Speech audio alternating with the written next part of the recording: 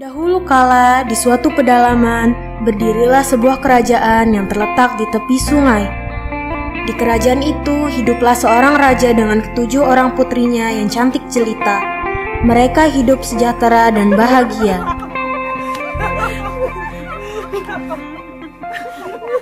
Namun, sang raja tampak murung, karena ketujuh putrinya sudah sangat cukup umur. Tetapi, tidak ada satupun dari mereka yang sudah memiliki calon suami. Pada akhirnya, sang raja turun tangan mencarikan calon suami untuk ketujuh putrinya. Pengawal, umumkanlah kepada rakyat bahwa aku akan menggelar sayembara mencari pemuda untuk ketujuh putriku. Baik, Yang Mulia. Akan segera saya umumkan ke seluruh penjuru negeri.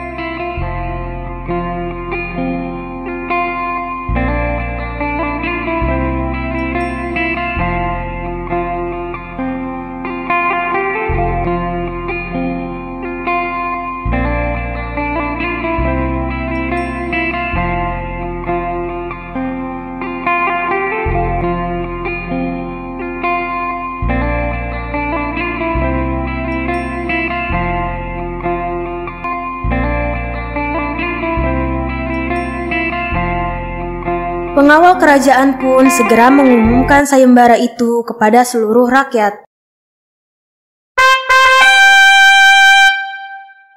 Pengumuman kepada seluruh rakyat kerajaan. Sang raja mengadakan sayembara untuk seluruh rakyat.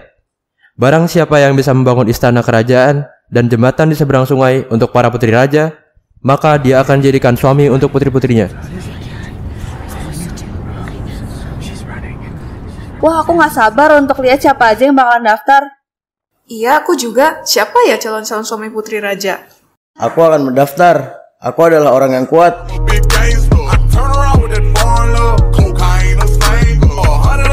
Wah, aku juga ingin mendaftar. Aku ini sangat tampan.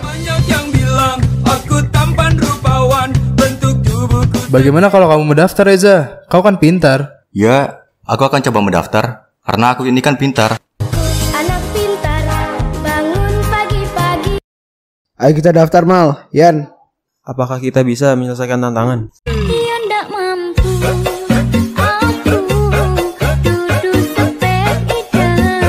Aku sih yakin bisa. Aku kan tangkas. Kamu juga pasti bisa, Yan. Kerapianmu adalah kelebihanmu. Ayo, kita bisa. Uangku pasti cukup untuk membantu membangun kerajaan.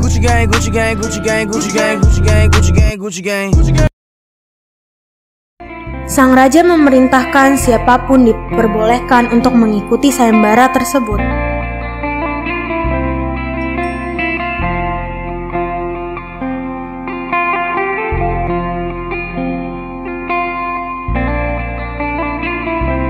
Tak lama setelah sayembara itu diumumkan, datanglah 6 pemuda yang gagah, tampan, dengan kelebihan masing-masing. Mereka hendak mengikuti sayembara tersebut. Gua kece dari lahir, ya beginilah udah takdir. Sekali dagi langsung mahir, bukan sulap.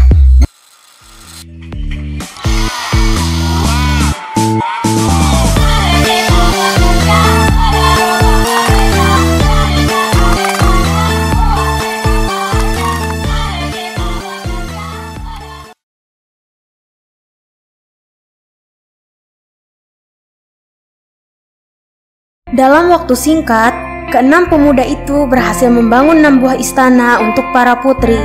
Namun, sayembara belum berakhir. Semua yang hadir masih menunggu 1 orang pemuda lagi untuk menyelesaikan tantangan, membuat istana dan jembatan. Waduh, gimana nih? Kurang 1 orang. Kalau gitu lo aja yang daftar. Ah, kalau gue sih nggak bisa. Cari orang lain aja. Gimana kalau si Tono aja? Lah itu siapa? Ada-ada aja kamu. Haduh, bisa sia-sia nih membangun istana jika kurang 1 pemuda. Hei, apa kalian punya kerabat yang mampu membuat istana? Sepertinya tidak. Kalau kerabatku berada di negeri tetangga. Waduh, bagaimana ini nasib sayembara kita? Bisa-bisa tantangan ini gagal.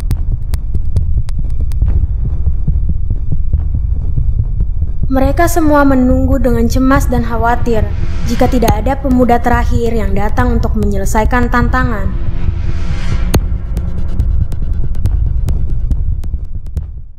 Akhirnya datanglah seorang ibu tua bersama seekor biawak menghadap sang raja. Para putri, sang raja, dan semua orang yang hadir terheran-heran. Siapa gerangan wanita tua itu? Paduka Raja, hamba datang kemari untuk mengikuti sayembara yang Paduka adakan. Baiklah, apakah ibu mempunyai seorang anak lelaki?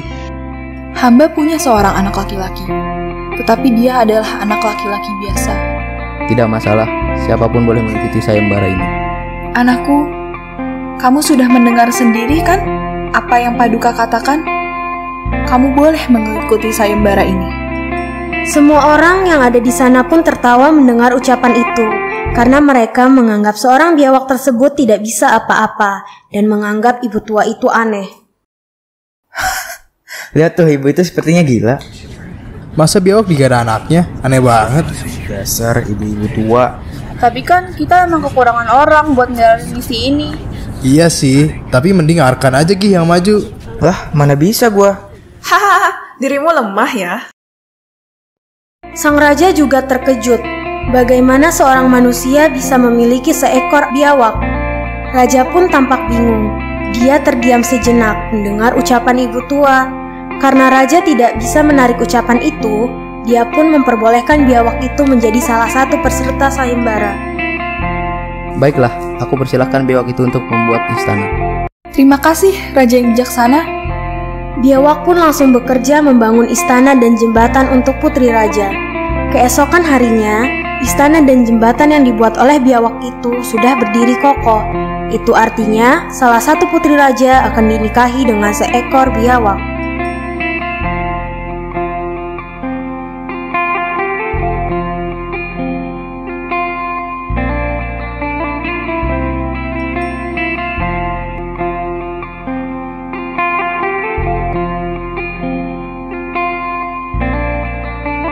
Raja pun mulai berdiskusi dengan ketujuh putrinya.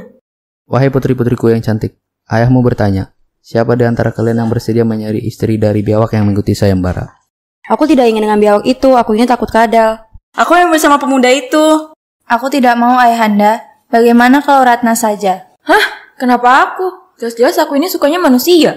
Aku jelas tidak mau, Ayahanda. Lagi pula, kenapa Ayahanda mengizinkan biawak itu untuk ikut sih? Iya, Ayahanda. Kami tahu Anda raja yang bijaksana, tapi pikirkan putri-putrimu juga. Kamu kenapa diam saja, Koni? Ayo kamu juga bersuara.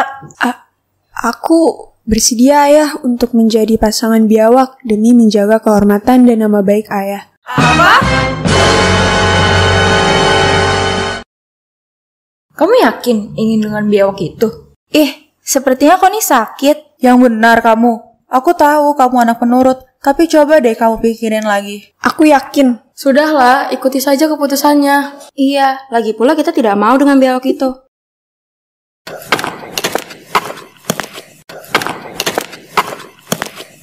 Maafkan ayah anakku. Terima kasih sudah menjaga kehormatan ayah sebagai raja.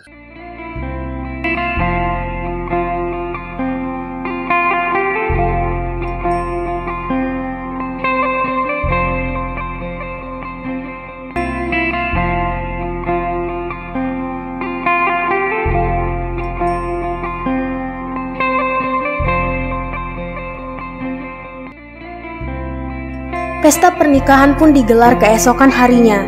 Keenam putri raja tampak bergembira dan bahagia. Sedangkan sang raja yang melihat ke arah putri bungsunya sedang terlihat sedih dan duduk bersanding dengan seekor biawak. Para warga yang melihat itu berbisik-bisik.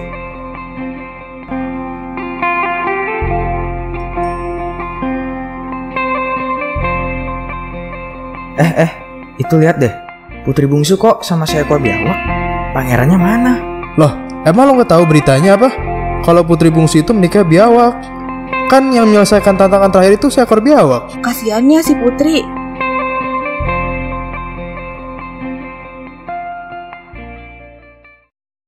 Malam pun tiba. Semua putri dan suaminya pergi ke ruangan masing-masing. Begitu pula si bungsu. Dia segera masuk ke dalam ruangan dan meletakkan biawak suaminya di sudut ruangan.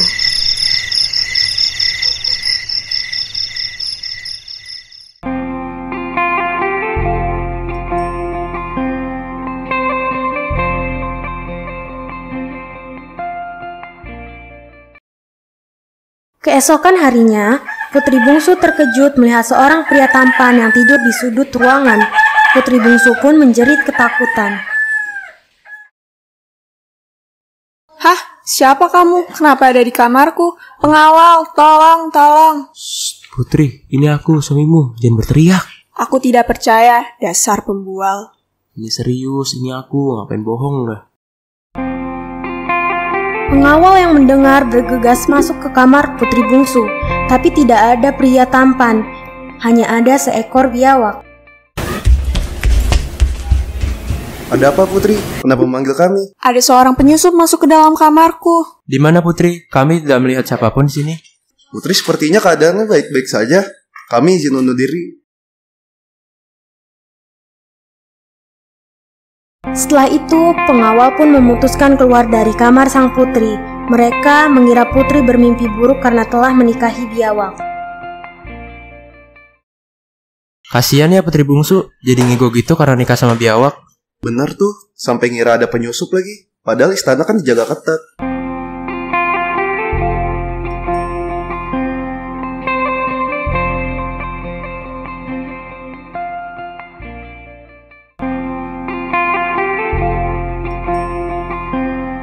Hal ini selalu terjadi hingga beberapa malam. Tetapi, kini sang Putri Bungsu tidak takut lagi dengan kehadiran pria tersebut. Kakanda kenapa sih harus jadi biawak? Orang cakep gini kok aslinya. Jadi gini Adinda, Kakanda terkena kutukan. Pada siang hari akan berubah menjadi biawak, sedangkan malam hari tiba Kakanda kembali menjadi manusia biasa. Oh alah gitu.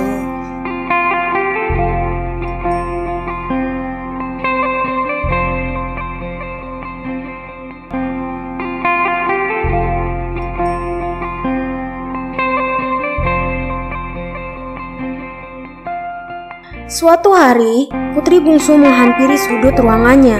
Dia menemukan kulit biawak yang dikenakan suaminya ketika hari menjelang pagi. Loh, ini kan kulit yang biasa digunakan oleh Kakanda. Kenapa ada di sini ya? Lalu, sang putri pun tiba-tiba mendapatkan ide untuk membakar kulit biawak tersebut. Sungguh ajaib, suami Putri Bungsu tidak menjadi biawak lagi.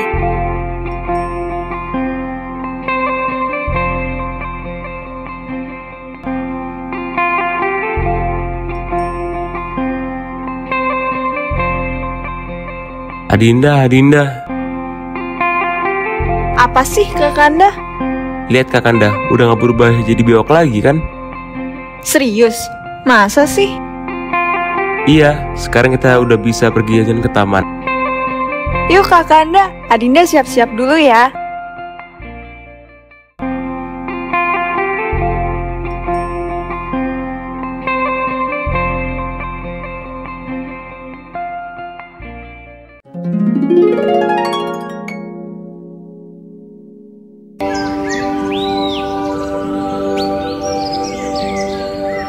Dek, lihat deh, si Koni padahal kan dia nggak pernah jalan sama suaminya pagi-pagi. Alasannya selalu aja suaminya sibuk.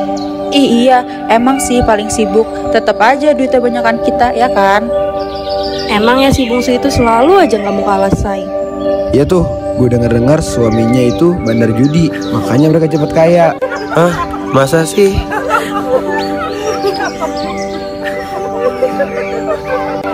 Walaupun begitu, mereka berdua tidak peduli. Mereka hidup bahagia, bahkan sang Putri Bungsu yang paling dahulu mempunyai seorang putra.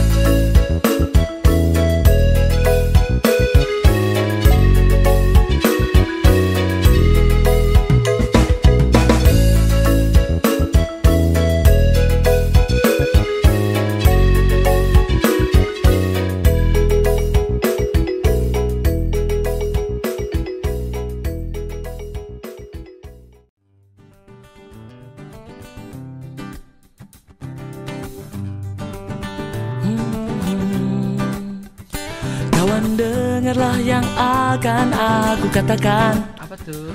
Tentang dirimu setelah selama ini. Ternyata kepalamu akan selalu botak. Kamu kayak gorila.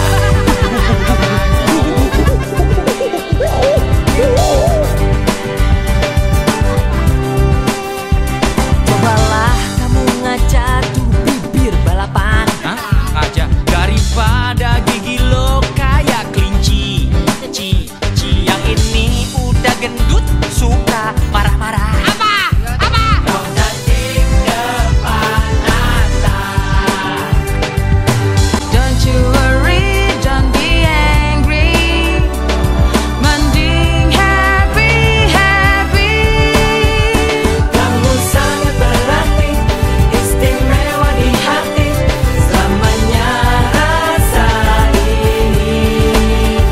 Jika tua nanti kita telah hidup masing-masing, ingatlah hari ini. Kamu sangat berarti, istimewa di hati. Selamanya rasa ini. Jika tua nanti kita telah hidup masing-masing, ingatlah hari ini. Kamu sangat berarti, istimewa di hati. Selamanya rasa ini. Jika tua nanti kita telah hidup masing-masing, ingatlah